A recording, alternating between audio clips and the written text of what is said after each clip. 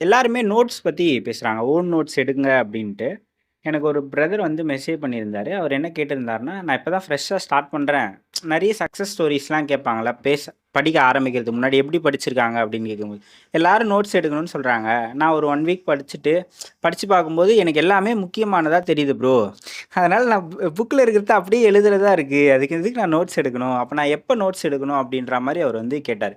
முதல் வாட்டி ரீட் பண்ணிட்டு அப்புறமா நோட்ஸ் எடுக்கணுமா? இல்ல 2ண்ட் டைம், 3ர்ட் டைம்க்கு அப்புறமா நோட்ஸ் எடுக்கணுமா? அப்படின்னு கேட்டாரு. எப்ப நோட்ஸ் எடுக்கிறது கரெக்ட்டா இருக்கும்? பிலிம்ஸ் போதே வந்து உங்களுக்கு ஓரளவுக்கு ஒரு கிளாரிட்டி வந்துரும். ஒரு சில விஷயத்தலாம் நீங்க தெரிஞ்சு வச்சுருவீங்க. மெயின்ஸ்ன்னு வரும்போது இன்னும் கொஞ்சம் டெப்த்தா படிப்பீங்க. ஒரு 4 விஷயம் வந்து உங்களுக்கு தெரியுது அப்படின்னா, மீதி 4 விஷயத்த வந்து இம்பார்ட்டன்ட் இல்ல. பிலிம்ஸ்க்கு இதெல்லாம் இம்பார்ட்டன்ட் ஃபேக்ட் இல்ல அப்படின்னு சொல்லிட்டு அதெல்லாம் விட்டுட்டு நீங்க போயிருவீங்க. இந்த 4 தான் முக்கியம் அப்படின்னு சொல்லிட்டு. மெயின்ஸ்ன்னு வரும்போது அந்த 4த்தையும் சேர்த்து நீங்க நோட்ஸ் எடுக்கிற மாரி தான் இருக்கும். ஏன்னா, நீங்க ஆப்வியஸா 10 பாயிண்ட் எழுதணும். இல்லனா 12 பாயிண்ட் எழுதணும்.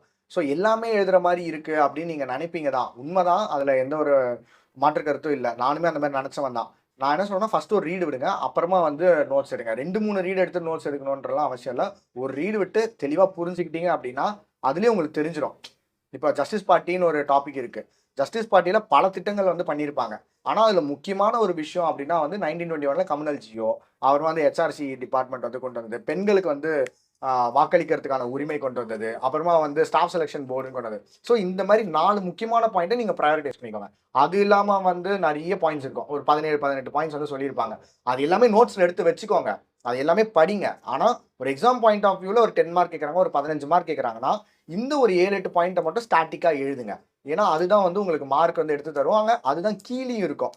கீழயும் வந்து ஒரு 10 பாயிண்ட் தான் குடுத்திருப்பாங்க. அந்த 10 பாயிண்ட்ல இந்த முக்கியமான பாயிண்ட்ஸ் தான் வந்து குடுப்பாங்க. ஏன்னா, அதனால தான் வந்து நமக்கு வந்து நம்ம ரிசர்வேஷன் வந்து வந்துச்சு. அதோட நீட்சியா தான் வந்து இருக்கு. இப்போ 1921 கம்யூனல் ஜியோ அப்படின்னா, முத்தையான்ற ஒரு ஃபேக்ட் வந்து நம்ம போடணும். ஃபாதர் ஆஃப் கம்யூனல் எலக்டரேட் அப்படின்னு சொல்லிட்டு. ஃபர்ஸ்ட் வுமனுக்கு வோட்டிங் ரைட்ஸ் வந்து குடுத்தாங்கன்னா, அப்ப அந்த இடத்துல முத்துலட்சுமி அம்மையார் வந்து தடவ வந்து 1926ல நாமினேட்டட் மெம்பரா வந்து ஒரு விமனா போனாங்க. அப்படின்றத வந்து சொல்லணும். அப்புறமா வந்து ஹெச்ஆர்சி டிபார்ட்மெண்ட் வந்து 1926ல கிரியேட் ஆச்சு அப்படின்னா வந்து, தமிழ்நாடு தான் முதல்ல அந்த ஒரு சட்டத்தையே வந்து இயற்றுனாங்க அப்படின்றத நம்ம சொல்லணும். ஸ்டாஃப் செலக்ஷன் கமிஷன் அப்படின்னா வந்து அது 90 வருஷம் பழமையானது. அதுதான் 1929ல இருந்து இப்ப இருக்கிற டிஎன்பிசியா வந்து மாறுச்சு. அப்படின்றதெல்லாம் நம்ம வந்து வேல்யூ அடிஷன் பண்ணிக்கிட்டோம் அப்படின்னா வந்து உங்களோட கன்டென்ட் வந்து நீட்டா இருக்கும். அதான் prioritisation of important facts and points தான் வந்து ரொம்ப முக்கியம். எல்லாமே நோட்ஸ் எடுத்து வச்சுக்கோங்க. பிரையாரிடைஸ் பண்ணி அத மட்டும் ஃபோக்கஸ் பண்ணி நல்லா படிங்க. அவ்வளோதான். ஓகே.